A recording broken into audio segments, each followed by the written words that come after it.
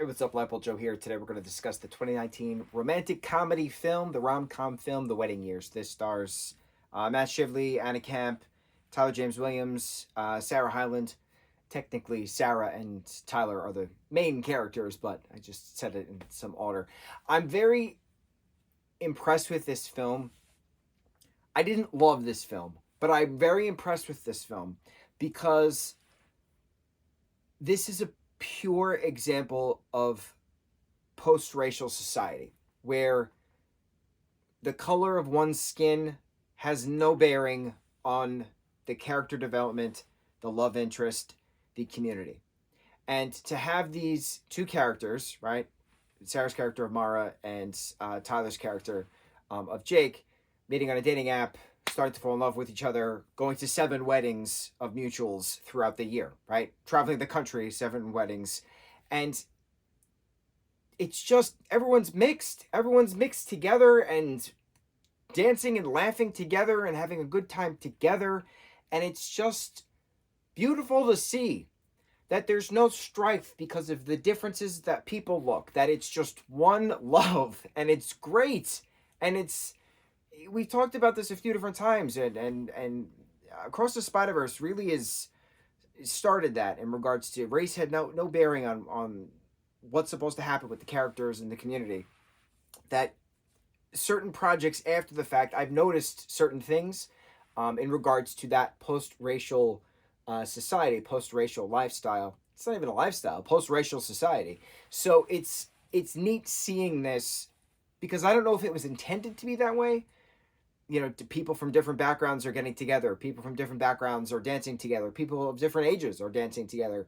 You know, it's a one unit film, and I love that part about it. I didn't love the film because of how unrealistic the two people on minimum wages living in Southern California can afford to go to 7 weddings cross country throughout a 12-month time period. It's not realistic, but from aside from that, because that's the main plot of the film, I loved that celebration of love and laughter within that post racism, and it's gorgeous. It's a wonderful. I can't even say concept because it's not a concept. It's something we want to strive for. We want to strive for that we, not me. And I don't have the words. I don't know the proper words to express that fully.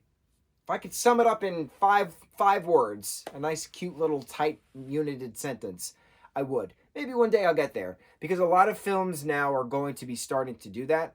That post-racism, that post-racial society. It's what we strive for within regards to progression, right? Without progress, there would be no future. That's why the dinosaurs turned into chickens.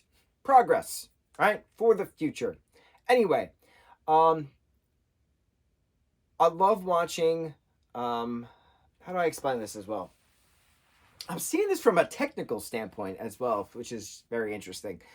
But from an acting standpoint, Sarah Hyland is incredible, and I don't know why she has not been like all over the place constantly because she is just such a pure, believable talent.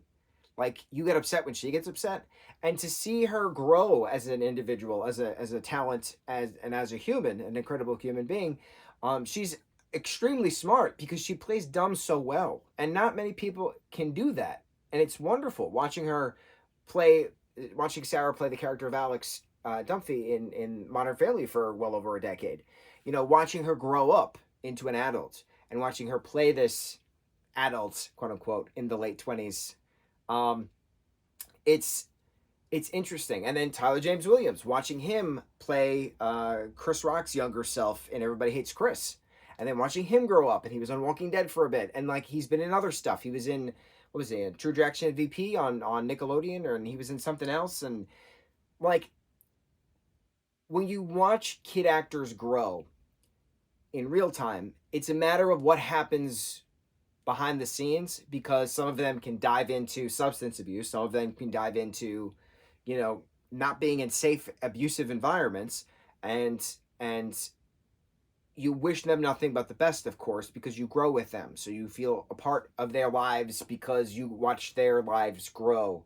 I don't know how else to explain it. You're invested in these individuals because you want what's best for them, because you saw them change physically and emotionally for so many years, for a decade, and you want them to succeed, right?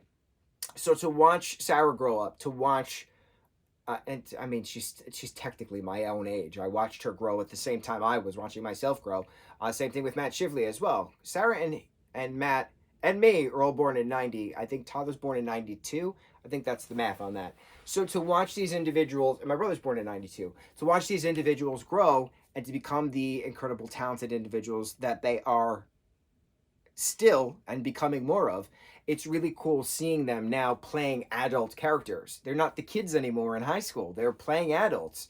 So it's just neat. It's neat watching these individuals who used to be, oh, I have to finish my homework, and I don't want to go to the dance.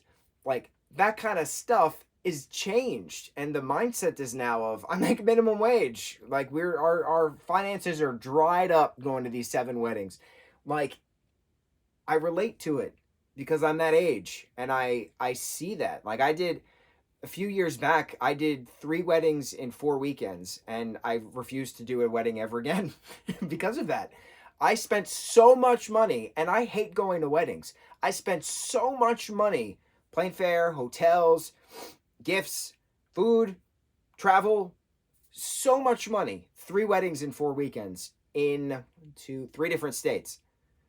It was 3 different states, 3 different weddings in 4 weekends. It was a wedding, it was a wedding, I had a break, and then it was a wedding. And I said, absolutely never again. Never again. I made a proclamation. I said, not never again. If I decide to get married, I will not even go to my own wedding. No. There was the only exception is my brother gets 1 wedding. That's it. If he messes it up, that's on him, because he has pictures of me in a tux, and that'll suffice. That's it. He gets 1 wedding. That's it. And that's it. So I understand that financial strain that they reference, but it's very unrealistic because the money will run out. And how are you getting from point A to point B for these other things? You know, how are you affording that wedding trip? So that's why I don't love this film, but I relate heavily to this film. So in hindsight, I guess I do love this film now that I'm talking about it out loud. I love that post-racial aspect to it. It was beautiful. It was just beautiful. It was beautiful watching people be people together, not separate for stupid reasons. It was a beautiful moment. Wanda Sykes was funny in this as well. I thought Anna Camp's throwing up in the bathroom scene was funny as well. But this movie surprised me, and it was very quick. I love it. Hour and a half film. That's all you need. So the wedding year. I don't like weddings, but I like this film. On to the next review. Mahalo.